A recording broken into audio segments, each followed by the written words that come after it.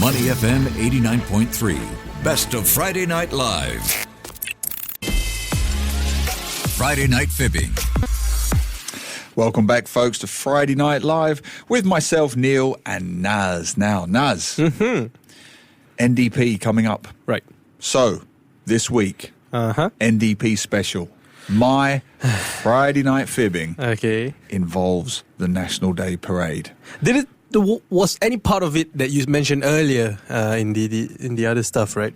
Is that going to appear in what's going to happen right now? Nope. This is a brand new story. Okay. Now, he will need your help, folks. This is a team sport, team game. WhatsApp 8855-0893. Send your questions, your interrogations, your queries to Naz, and he'll fire them at me. Are you ready? Yes, I am. Now, it's often said on this show, and the Saturday morning show that I do with Glenn Van Zutphen, that I have a habit of making everything about me. Really? And that all roads lead back to Neil Humphreys.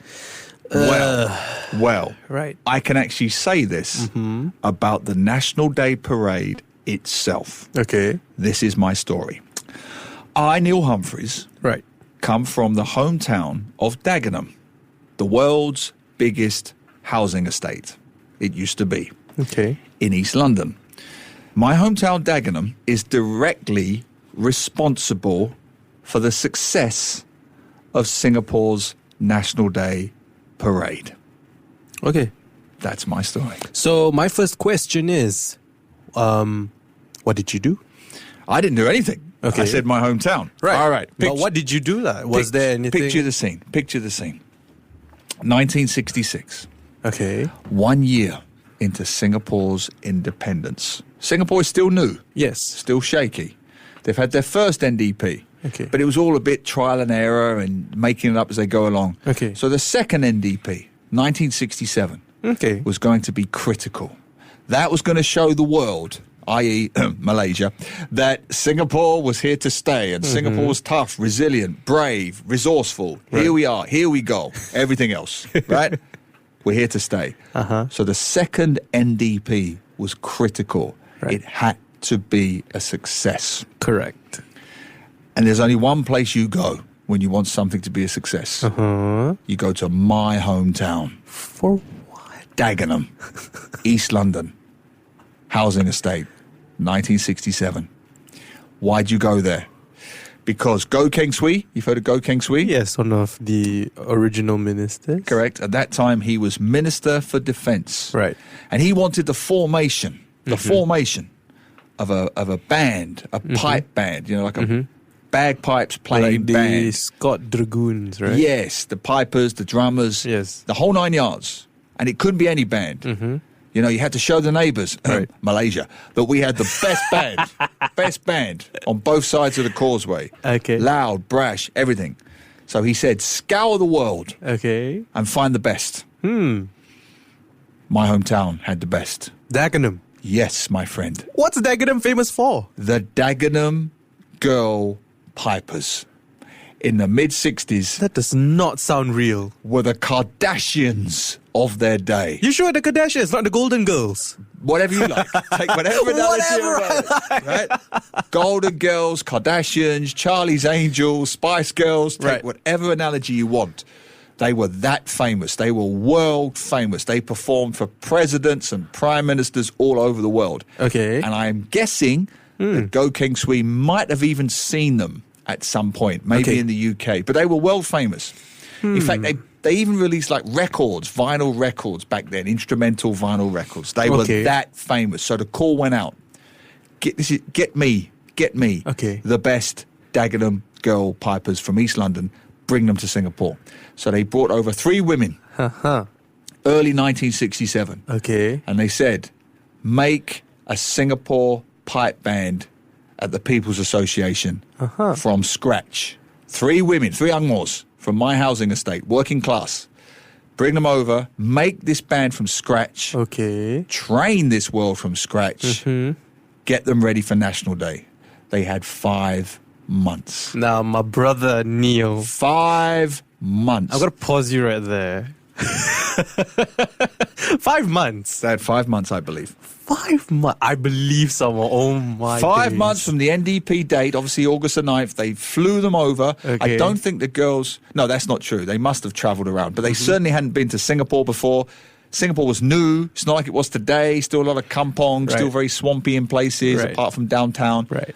Flew over 3 young, very young, 3 young women. Start a pipe band, train a pipe band, prepare them for NDP. The NDP rests on it, which means Singapore's as a nation rests on it. The geopolitical situation rests on it. So these 3 young women from my hometown made the NDP a success. And to bring it forward, they were the hit. Okay. They were the stars, my friend. The Singapore Pipe Band were the stars of the 1967 NDP, thanks to my hometown of Dagenham. And I believe the pipe band went on for decades. Okay, now that's amazing, right? But, okay, before I continue and ask you questions and give you my thoughts, let's read out some messages from our listeners. James says that the latest update is 16? I think you're 16, Yes. Dan is 12. So if I lose this one, then Dan is going to be further down the rabbit hole. Yes. And then James goes on to say that you don't sound convincing at all. Okay. Which is why I already know the answer to this, because the story is actually told in NDP. In NDP? Okay. This story Okay. is told in NDP this year. I hope it is. It is. I hope it is. It is. Fantastic. Sorry, I'm laughing a bit too much because No, I love it. I hope it because is. when he started reading to me, I'm like, either this story is based on something he saw online, or Okay. he saw it and he decided to give a try at telling the story. But I'm not going to spoil the fun. And I'll go a step further. Yeah. Thanks to my girls, the Dagenham girls. My goals. My girls, my I can't say brethren, can I? They're not men, but my people, my homies, my kakis. Yes, my homies. My kakis from Dagenham. It rained. Apparently it rained. Historically, it poured down on the day of August the 9th. So they're raining on my 1967. parade then. Literally raining on their parade. No stopping them. I'm telling you, my friend, the Singapore Pipe Band, according to all reports, knocked it out of the park. And it was all down to the 3 young ladies from my East London hometown. Did they ever tell you, or maybe did your girls, what song were they playing? I have no idea. Oh, come on. Don't forget I wasn't born. No, but there must have been some. Okay, let me see if I wrote it down. Let me see if I wrote it down. No, I don't know. I don't know. But the Singapore Girl Pipers became the Singapore Pipe Band, which I think then morphed into the Singapore Police Band, if I'm not wrong. But it used to be under the People's Association. Right. Okay. Well, this is new facts to me. But And the 3 girls from my hometown, they travelled the world. right.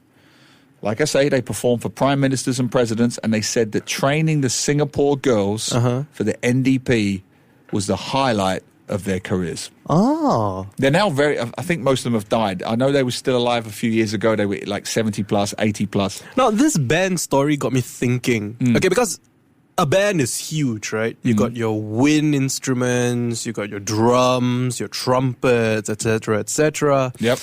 So these girls, how did they? What sort of instruments did they play? Were they just conductors, or were they? No. Let me just make this up. No, let me just have a look. There were, I believe, around 20 bagpipers. Right. There were about 10 drummers. There were 10 side drummers, 4 tenor drummers. I've no idea what that is. Wow. 1 bass drummer and 1 bass major. And the 3 girls from my hometown put them all together. All Singaporeans, Wow. by the way. So they had to find the Singaporean girls. They had to decide, right, you're on the pipes, you're on the drums, you're this, you're that. And then they had to train them. Then they had to prepare them. Then they had to do the marching. And they had 5 months to get it done. And my girls from Dagenham trained our girls from Singapore, and a miracle happened. Hey, Futuran says that he thinks that they played apata back then. Hey, Neil. See? Right, we need an answer. Well, the answer. Well, I before I even go into it, I'm just going to reiterate the point I was making earlier, that the story of this band was indeed retold in NDP, like this year's NDP. I hope so. But I might be wrong because suddenly I'm doubting myself. I hope so. I hope it should be. It should be. But this is a fib. But you said it was told in the ND. Yeah, because the real story doesn't involve girls. It was 4 local school bands that banded together. Naz, your final answer? It's a fib.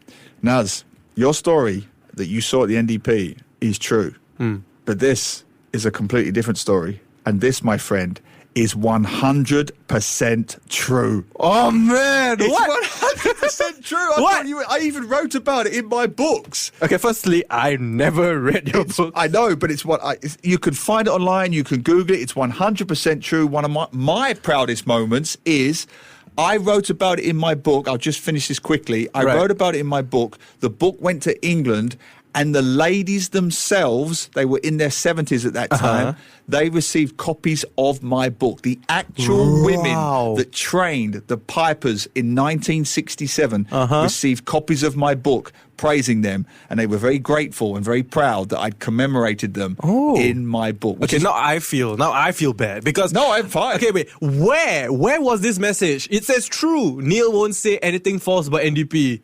Whoever you are, wait, let me try and find your name. It just says heavenly here. But then again, I would have loved to have this heavenly answer a minute ago. Brilliant. Heavenly, I love you. You're absolutely correct. I would never tell a fib to do with NDP. That should have been the clue. And I'm so proud that my people of Dagenham and my people of Singapore came together to create one of the greatest NDPs of all time.